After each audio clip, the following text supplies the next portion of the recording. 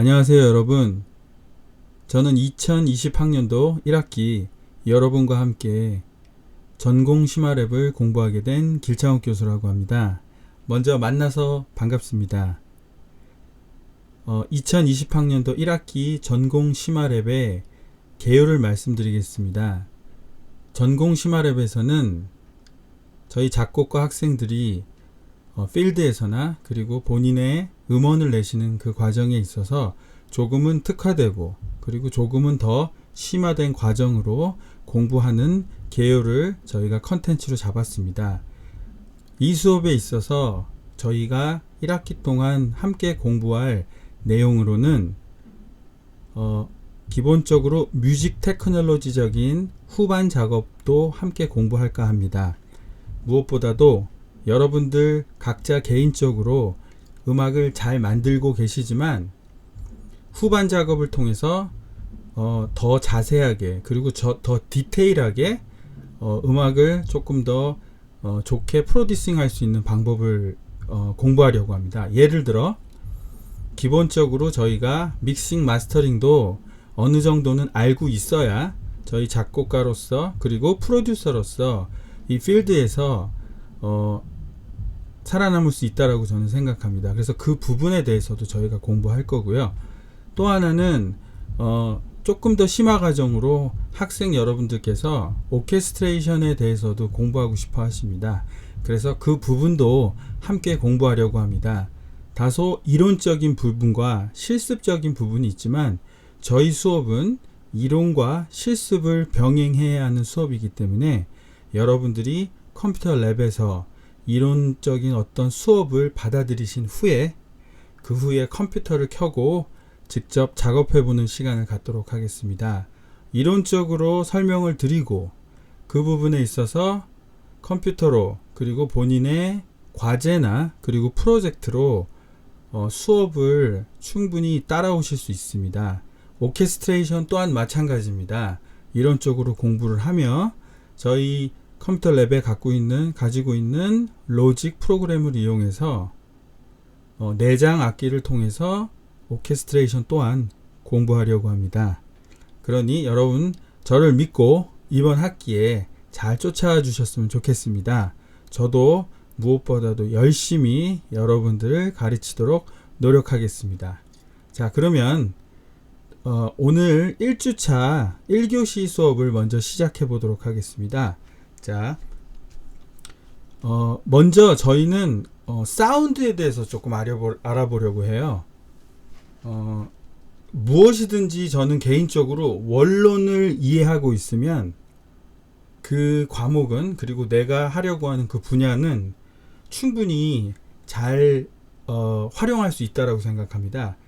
그런데 그 정의가 그리고 그 기초가 모호해지면 처음은 괜찮지만 나중에 될수록 그 지식들이 여러 가지로 믹스가 되게 되면 좀 그 근본을 좀 잃어버리는 경우가 있다라고 생각해요. 저희는 지금 먼저 사운드에 대해서 먼저 공부를 해야 된다라고 생각합니다. 그래서 지금 페이지에 보시는 음향학이라는 부분에 대해서 간단하게 얘기할 거예요. 저는 또 복잡하게 설명하는 걸 굉장히 싫어하거든요. 그래서 제가 뭐 읽어드리고 이해를 시키겠지만 간단히 받아들이시면 됩니다. 그 부분에 있어서도 제가 또 아주 짧게 좀 정리를 해드릴 거예요. 자, 음향학은 무엇이냐? 소리, 초음파, 그리고 초저주파 음파. 요 부분이 초저주파 음파 이렇게 발음하시면 안 되고요. 초음파 그리고 초저주파 음파 그것을 연구하는 여러 분야에 걸쳐 있는 과학이다. 네, 맞습니다. 사실은 여러분 그러니까 곡을 쓰시고 그 곡을 프로듀싱 하는 게 단순히 음악적이라고만 생각하신다면 그게 잘못됐다고 제가 말씀드리는 건 아니고요. 그 생각을 조금 더 확장시켜야 된다고 저는 말씀드리고 싶어요. 그게 무슨 얘기냐면 단순히 음악만 한다라고 생각하지 마시고요. 저희는 포스트 프로덕션이라고 있어요. 저희가 아무리 음악을 잘 써도 녹음이 잘 돼야 되고요. 그리고 포스트 프로덕션, 즉 믹싱 마스터링이 잘 돼서 음원이 나오게 되면 그건 무엇보다도 정말 좋은 음악이 나오거든요. 그렇기 위해서 저희가 이것을 공부해야 된다고 생각합니다. 조금 어렵지만 뭐 시험을 대비한다 생각하시고 이 부분에서 그냥 이해만 하고 넘어가시면 될 것 같아요. 자, 소리, 초음파, 그리고 초저주파 음파는 다른 말로 하면 기체, 액체, 고체 내에서 있는 물리적 파동이라고 얘기하거든요. 근데 다른 것보다 여기서 여러분들이 꼭 이해해 주셨으면 하는 것이 그 물리적 파동이라는 것이에요. 왜 그러냐면 소리는 물속에서도 들려요. 물속에서도 존재하고요.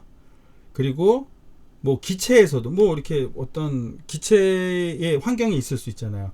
게다가 또 고체 안에서 우리가 살고 있는 자체가 고체거든요. 지금 여러분들 방에서 이제 이 유튜브 영상을 보고 계시겠지만 요게 이 고체 안에서 저희가 모든 일어나는 물리적 파동이거든요. 그러니까 그거를 말하는 건데 저는 이거를 좀 간단하게 설명하고 싶어요. 다른 거 아닙니다, 여러분.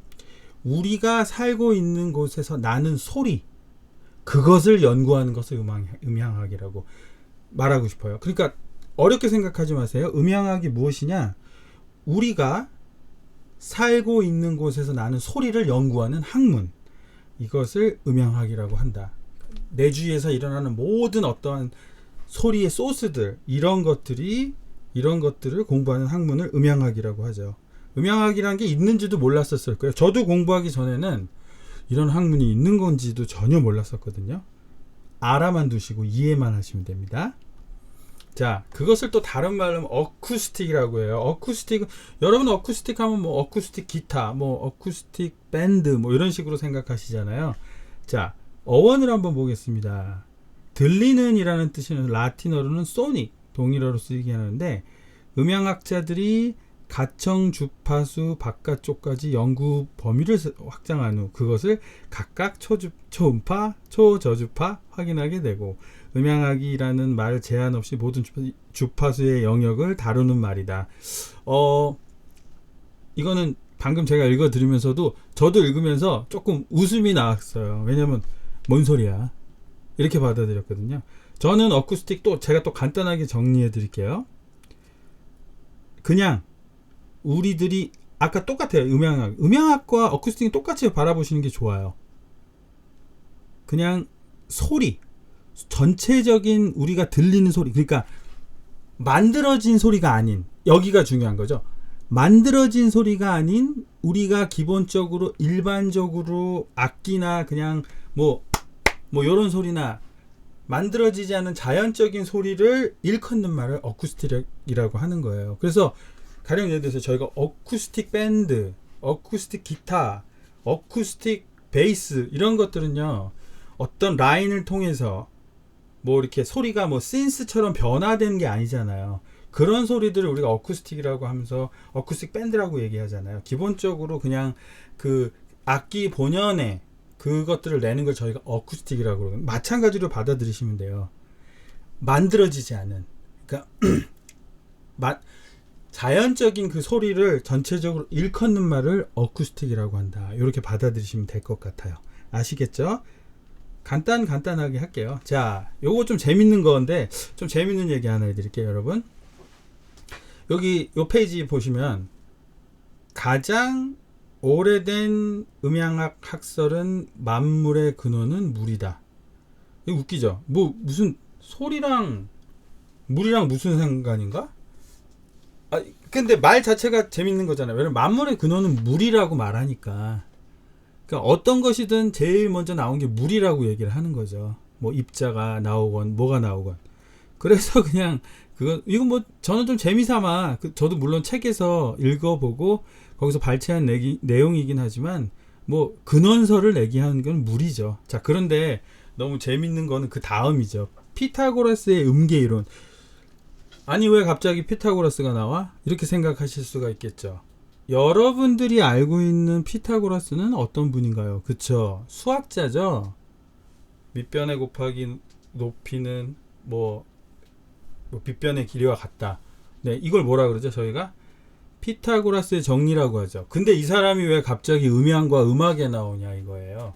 저도 책에서 본 내용인데 좀 재밌었어요. 뭐냐면 예전에 그 그리스 같은 데는 철학자가 수학자였고 수학자가 정치가였고 교육자였고 여러 가지 역할을 담당했죠. 옛날 고대 시대는 각자 자기가 할 일이 있었거든요. 그러니까 너는 농부해, 그럼 그 사람 평생 농부가 되는 거고, 너는 똑똑하니까 뭐 학자를 해, 그러면 그 사람이 학자가 되는 거예요. 좀 재밌는 거잖아요. 그런데 이제 피타고라스는 수학자이면서도 교육자였기 때문에 이제 학생들을, 그 문화생들을 데리고 있었는데 좀 많이 심심했다고 하더라고요. 그래서 어떻게 했냐면 말총 있잖아요, 여러분. 말총. 그 말꼬리를 우리가 말총이라 그러는데 할 일이 너무 없으니까 그 말총을 다 이렇게 하나씩 뽑아서 길이별로 이거를 다 연결을, 끝을 자꾸 연결을 시킨 거예요. 근데 고대 시대에 음악이 있었을까요, 없었을까요? 이미 음악은 있었어요. 이미 음악은 있었는데 이제 그것에 대한 이제 구분이 없던 터에 정말 수백 개의 그 말꼬리를 이렇게 팽팽하게 늘린 다음에 그 피타고라스가 그들이 사용하는 음악에 있는 음계, 그러니까 그 사람들도 뭐 어떤 음악이 있잖아요. 그리스 시대 때 불렀던 음악이 있는데 그런 부분에 있어서 뭐 도레미파솔라시도 뭐 그런 게 뭐 그때는 정립이 되진 않았지만 뭐 그런 음계가 있으니까 우리가 안 쓰는 음은 다 끊어버린 거죠. 그리고 본인들이 쓰고 있는 음악에서 쓰고 있는 그 길이의 그 말총, 말 그 털, 그것만 남겨놓으니까 한 12개의 그 음이 나왔다고 해요. 그래서 그게 초기의 음계의 시작이라고 보는 거예요.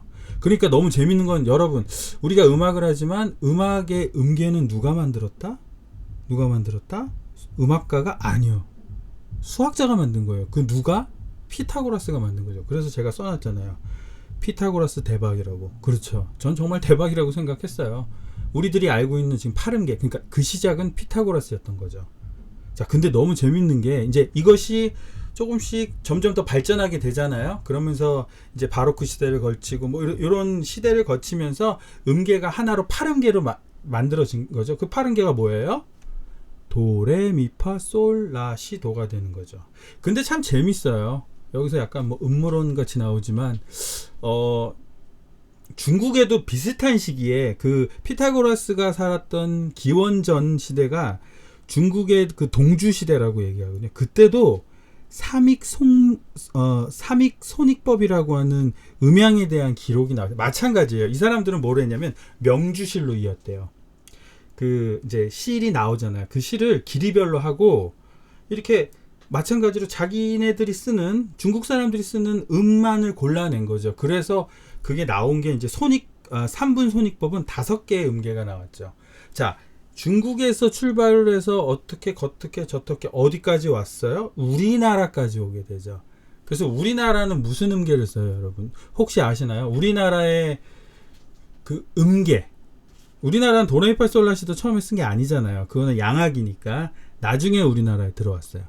우리나라가 처음 쓴 거는 궁상각치우라는 음인데, 이게 어떻게 된 거냐면 아까 말씀드렸던 삼분손익법이 이제 중국을 거쳐서 한국에 오게 된 거라고 하더라고요. 자, 그렇게 나온 것이 궁상각치우인데, 이것을 우리가 그 개 이름으로 쳐보면, 음계로 쳐보면 뭐다? 도레미솔라. 자, 여러분, 도레미솔라는 뭐예요? 아시는 분들 계시죠? 그쵸? 심화과정이니까 여러분 아셔야 돼요. 그리고 게다가 작곡하시는 분들이잖아요. 뭐죠? 그렇죠. 펜타토닉 스케일이죠. 펜타토닉 스케일이 뭐죠? 오음 음계라 그러잖아요. 그게 궁상각치우예요. 우리나라 음계가. 그래서 우리나라 사람들이 락 음악 굉장히 좋아하죠. 락 솔로 나오면 뭐 여러분들 열광하시잖아요. 그게 어디서 나왔다? 그게 우리나라 궁상각치우, 그리고 그 이전에 3분 손익법에서 나오게 된 거죠. 참 재밌죠. 유럽에서는 피타고라스, 중국에서는 동주시대의 어떠한 이들이 만들어낸, 이것도 다 음악가가 아니잖아요. 그쵸? 전부 다 과학자 같은 분들이 만드신 거예요. 좀 재밌는 것 같아요. 자, 그리고 이렇게 이제 지금 다시 피타고라스 그 서양으로 돌아가서 그 12개, 15개의 음계들이 조금씩 정리가 되면서 16세기, 15세기, 16세기를 거치면서 8음계로 바뀌게 되고 17세기부터 18세기경에 본격적으로 음계가 나오기 시작한 이후로는 음향학 연구가 시작된 거죠. 자, 이 음향학 연구로 인해서 그 뒤에도 있지만 음률 이론과 악기를 제작하는 연구, 이게 무슨 말이냐면 음향학이 나오게 되니까 그 소리에 디테일한 부분이 생기잖아요. 그렇죠. 그러면 그 전에 사람들이 가지고 있었던 조금은 원시적인 악기가 어떻게 변하게 됐다? 굉장히 좋은 이 음향학 연구와 같이 맞물리면서 완벽한 악기로의 그런 변신이 시작되었다라고 보시면 되는 거죠.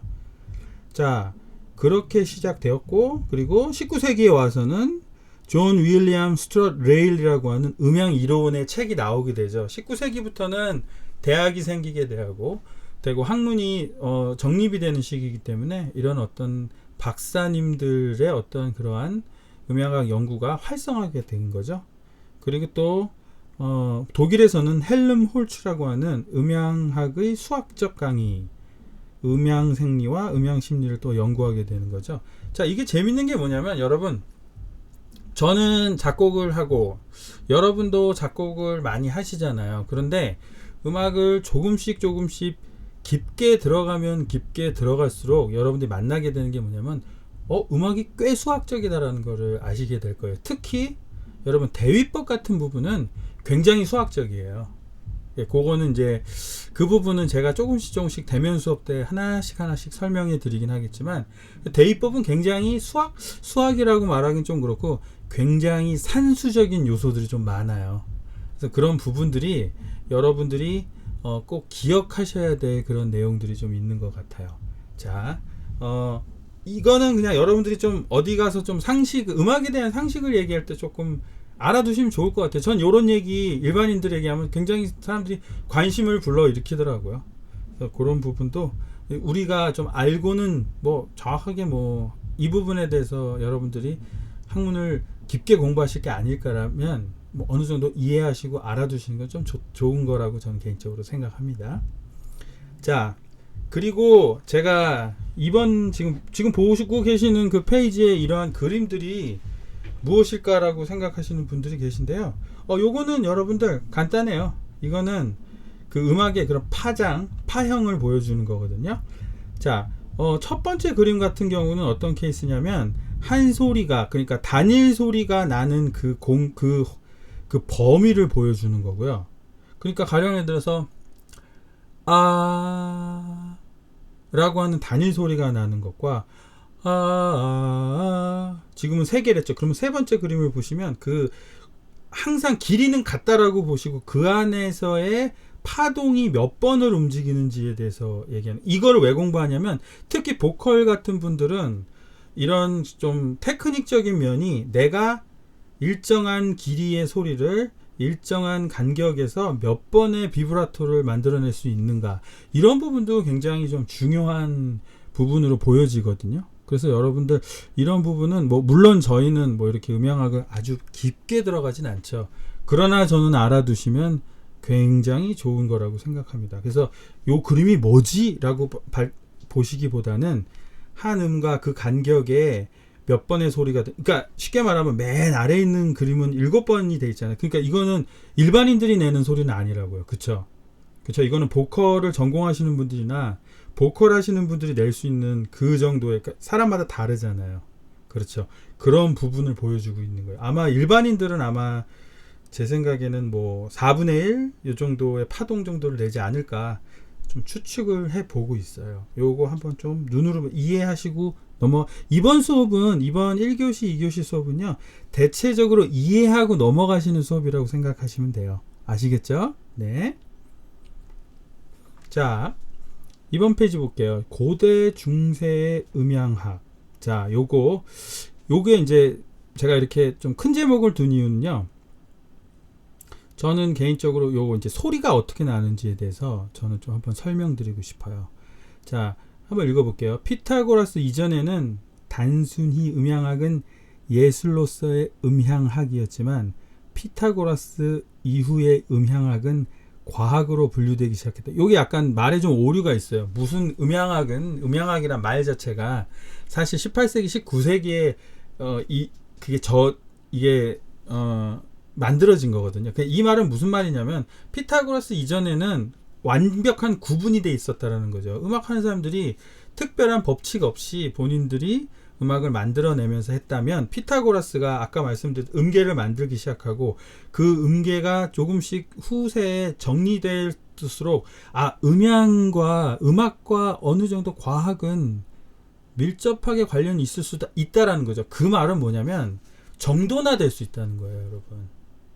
이게 되게 중요한 것 같아요, 여러분. 여러분, 우리가 공부하고 있는 재즈 음악도 마찬가지입니다, 여러분. 저는 개인적으로 그러니까 재즈의 시작은 조지 거신의 그러니까 흑인 음악을 들으면서 초기에 정리가 시작된 거죠. 조지 거신이라고 하는 클래식 작곡가에 의해서 그게 정돈이 되고, 애석하게 좀 일찍 돌아가셔서, 하지만 그게 발전을 하게 되고 다른 좀 똑똑한 음악가들이 그것을 체계화시키고 이론화시키게 된 거거든요. 가령 예를 들어서 빌 에반스 같으신 분들이 그걸 이제 정돈을 하잖아요. 그리고 그 정돈하는 과정에서 또 최고의 뮤지션들이 만나면서 그것을 이제 일반화시키는 과정이 있었단 말이에요. 그러니까 마찬가지를 얘기하는 거예요. 그러니까 근데 그 정도는 과학적이어야 하잖아요. 왜 그래요? 법칙을 만들어야 되니까. 그렇지 않아요, 여러분? 이렇게 2도, 3도, 4도, 5도 이거 다 법칙이잖아요. 그게 이제 없다면, 그러니까 되게 재밌는 건 뭐냐면 사실은 블루스를 우리가 얘기하잖아요. 흑인 음악이라고 얘기하고 우리가 블루스를 얘기하는데 사실은 그 블루스는 원래 우리가 가지고 있었던 그 이론은 아니에요. 그러니까 가령이 들어서 여러분은 이제 심화과정이니까 이 부분 아실 거라고 생각해요. 토닉음은 어디로 가요?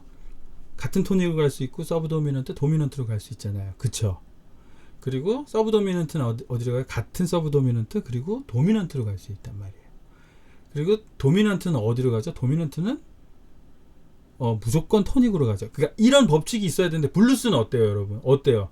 1-7, 4-7, 1-7, 4-7, 5-7 이런 식으로 이게 왜 이렇게 움직이지? 그러니까 그것들이 그러려면 그걸 새로운 법칙으로 만들어야 돼요. 그렇기 때문에 블루스라는 말이 생기고 그 블루스가 정확하게 이렇게 자리를 잡히게 되는 거예요. 그러니까 그 첫 번째가 좀 말이 길어지긴 했는데, 그러니까 피타고라스가 어떤 음계라는 부분에 대해서 과학적으로 접근하기 이전에는 그냥 음악은 음악일 뿐이었어요. 음악은 음악일 뿐. 다른 것이 첨부하지 말자. 이렇게 됐다면 피타고라스 이후의 음향학은 어쩌면 이게 과학적으로 해서 좀 더 발전시킬 수 있어 라고 하는 거죠.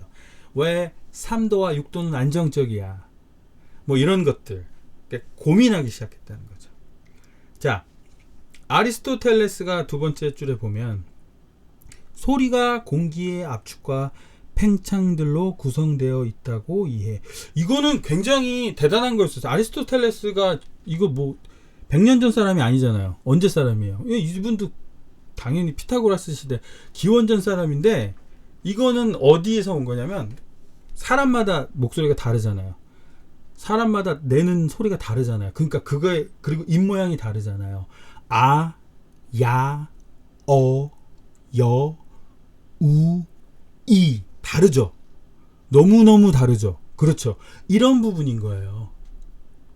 그러니까 이게 뭐냐면 입을 어떻게 벌리느냐에 따라서 공기의 압축이랑 팽창이 다르잖아요. 작게 벌리면 어때요?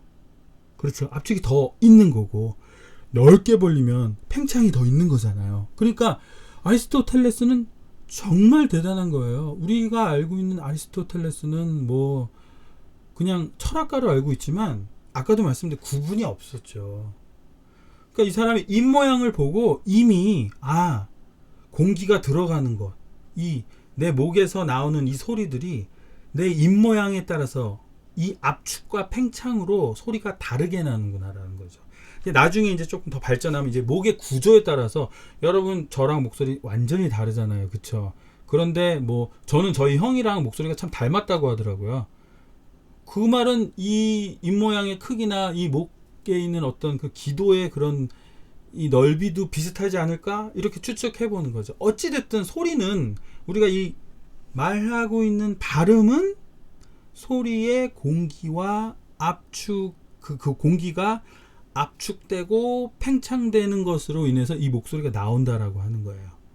자, 갈릴레오 갈릴레이가 또 나와요. 와, 갈릴레오 갈릴레이는 뭐예요? 그래도 지구는 돈다잖아요. 그쵸? 이분은 뭐 대놓고 과학자였죠? 자, 그런데 이분이 뭐라고 얘기했어요? 파동은 울리는 몸체의 진동으로부터 생성, 공기를 통해 전파되고 귀의 고막에 도달하여 자극함으로 마음이 소리로 해석된다. 와, 이거 잘 나가다가 마지막에 마음이 소리로 해석된다가 참 요즘 여러분들 말로 좀 깨네요. 요거는 제가 어떻게 해석하냐면, 그러니까 이제 이 기도의 길이나 입의 길이가 있는 거죠. 그러니까 이 소리들이 진동을 통해서 소리가 난다는 거. 자, 요거 이렇게 간단하게 좀 설명해 드릴게요. 여러분, 제가 지금 하는 목소리는 사실은 이게 좀 다이렉트로 들리는 건데, 여러분 이렇게 생각해 볼게요. 자, 여러분들이랑 저랑 대면 수업을 한다고 해볼게요. 앞에 있는 분들은 되게 크게 들리고 뒤에 있는 분들은 적게 들리죠. 자, 그게 어떤 거냐면, 소리는요 다이렉트로 가는 것처럼 들리는데, 그러니까 제 앞에 계신 분들이 이렇게 말하면 바로 딱 듣는 것 같지만 항상 그런 건 아니고요. 항상 어떻게 되냐면 어떤 물체에 반사가 돼서 소리가 나는 거예요. 가령 예를 들어 생각해 보세요. 뭐 조그만 방 안에서 둘이 얘기하면 조그맣게 얘기해도 들리죠. 이유는 뭐예요? 방이 작으니까 말을 해도 이 벽이 막 반사를 해가지고 빨리 우리 귀에 들려주는 거예요. 그런데 여러분, 운동장에서 내가 친구를 불러야 돼요. 근데 저기 잘 안 보여. 그래서 어이 친구야 하고 부르면 소리를 이렇게 야 일로 와 하고 소리 지르면 소리가 잘 들려요, 안 들려요? 이유가 뭐예요? 운동장은 개방형으로 돼 있잖아요. 그러니까 내 소리가 어떻게 되는 거냐면, 소리가 날아가서 어딘가에 반사가 돼서 그 사람 귀에 들어가야 되거든요. 근데 이게 오픈되어 있기 때문에 거리가 멀어서의 문제도 있지만, 여러분, 반사체가 없어서 그런 거예요. 반사가 돼야지 내 귀에 들리는데 반사가 안 되는 거야. 그래서 소리가 멀리 들리는 거예요. 작게 들리는 거고. 아까도 근데 이제 앞에 앉으신 분은 뭐 여러분 뭐 부모님이 그렇죠. 너 가면 꼭 앞에 앉아 있어야 돼. 맨 뒤에서 자면 안 돼라고 저도 어렸을 때 맨날 듣던 얘기거든요. 그게 뭐냐면 크게 들려요, 소리가. 왜? 서로 반사를 하잖아요. 내가 말을 하면 가장 빨리 내 몸이 반사를 해서 내 귀에 들리는 거니까. 그래서 그런 거죠. 어떤 사람들이 막 귓속말로 한다지만 귓속말은 소리 굉장히 크게 들리는 이유가 그거예요. 반사가 되게 짧아서 그런 거예요. 그게 이거예요. 울리는 몸체 진동. 근데 그 소리가 어떻게 되는 거냐면, 내 몸을 통해서, 내 목을 통해서, 내 입안을 통해서 진동으로 나와서 반사가 돼서 그 사람한테 들리기 때문에, 어떤 사람은 그 진동 통이 다르기 때문에 되게 부드럽게 들리는 거고, 어떤 사람은 그 진동에 있는 그게 통이 다르기 때문에 날카롭게 들리는 거죠. 무슨 얘기인지 아시겠죠? 이게 굉장히 중요해요. 그래서 이 부분에 대해서는 여러분들이 잘 기억해 두시면 돼요. 근데 전 이 부분도 좀 해석하고 싶어요. 마음이 소리로 해석한다. 마음의 소리로 해석한다. 그러니까 저도 곰곰이 이거를 이제 어저께 준비하면서 이게 뭘까 생각을 했는데, 정말 마음을 다하여서 하는 거죠. 마음을 다하여서. 내가 마음을 다해서 정말 사랑으로 얘기를 해주면 사랑스럽게 들리는 거고, 그냥 막 내뱉으면 그냥 막 들리는 거죠. 그래서 여러분들은 요 마지막 부분에도 좀 신경을 쓰셨으면 좋겠어요. 그 자극함으로써 마음의 소리로 해석한다. 꼭 기억해 두셨으면 좋겠습니다.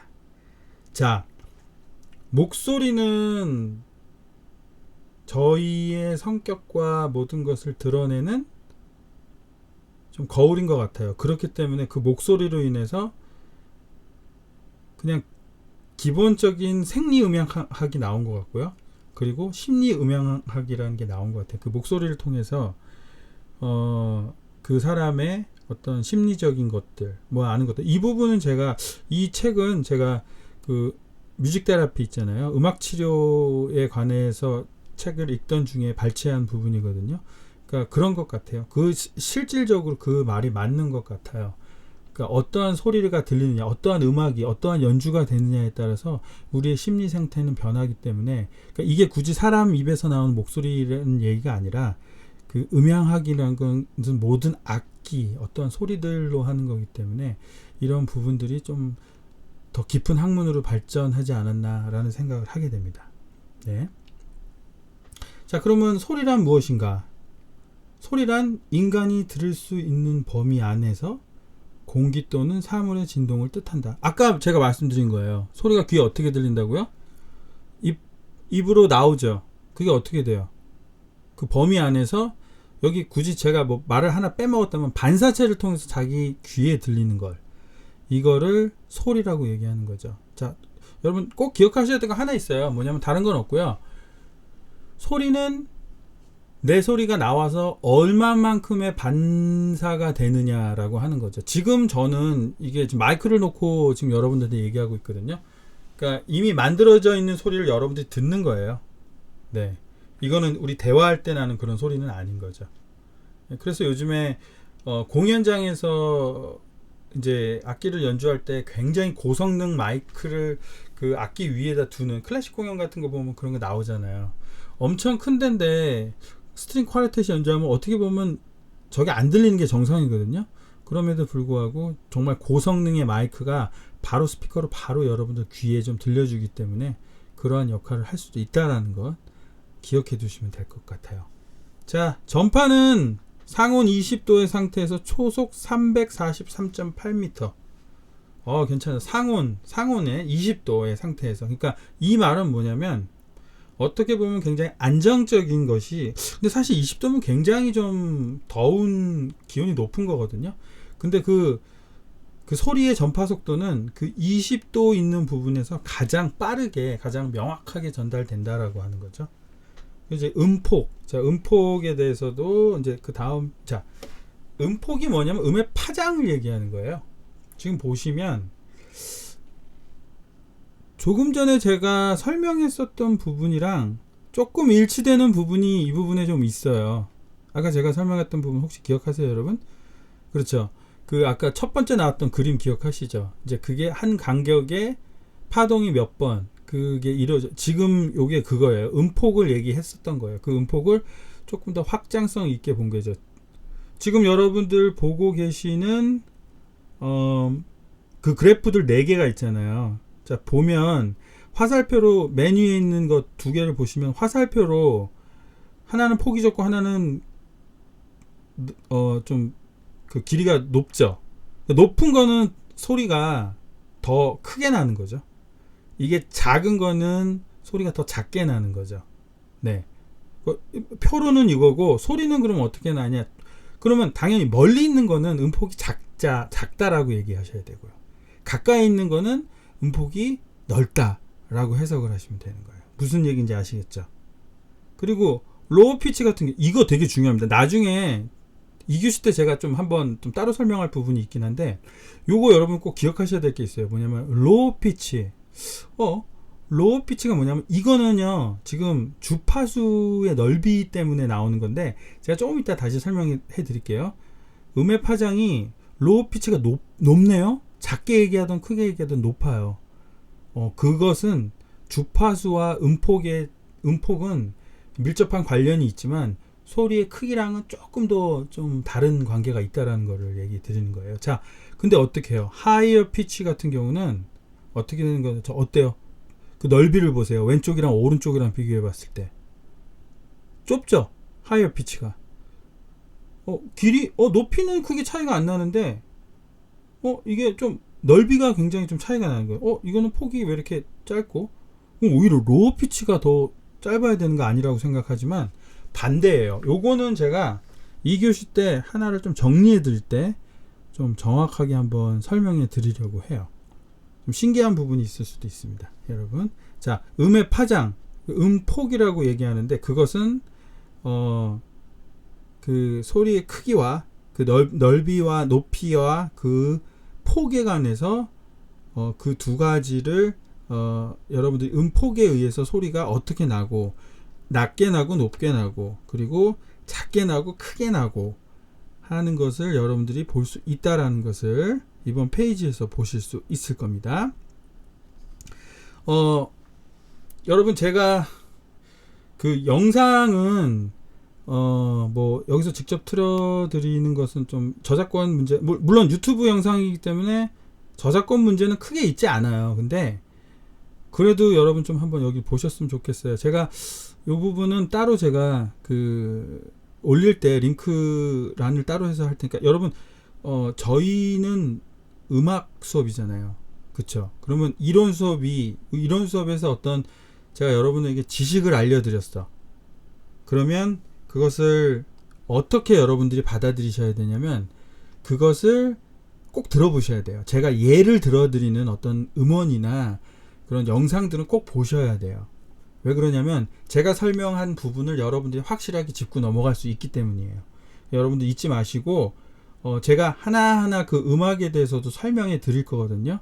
그럼 어떻게 소리가 나는지, 지금 저희가 하는 것은 음폭과 사운드와 소리와 음향에 대해서 얘기하고 있잖아요. 그거에 맞는 것을 제가 항상 여러분들에게 올려드리거든요. 그러니까 잊지 마시고 요거 잘 받아들이시면서 그 영상들 하나하나, 제가 근데 영상은 하나하나 설명해 드릴게요. 제가 2교시에 그 영상을 하나하나 설명해 드리고 여러분들이 그것을 음악을 들으시면서 길창욱 교수가 어떻게 이것을 설명했고 내가 그 이론과 그리고 이 영상을 어떻게 받아들여야 되는지 그걸 꼭 기억하셨으면 좋겠어요. 잘 모르시면 언제든지 제 유튜브 그쪽에 댓글을 다셔도 되고요. 저에게 문자를 보내셔도 되고요. 네. 모르실 때는 물어보시는 게 최고입니다. 아시겠죠? 네. 그러면 2교시에서 조금 더 자세하게 공부해 보도록 하겠습니다.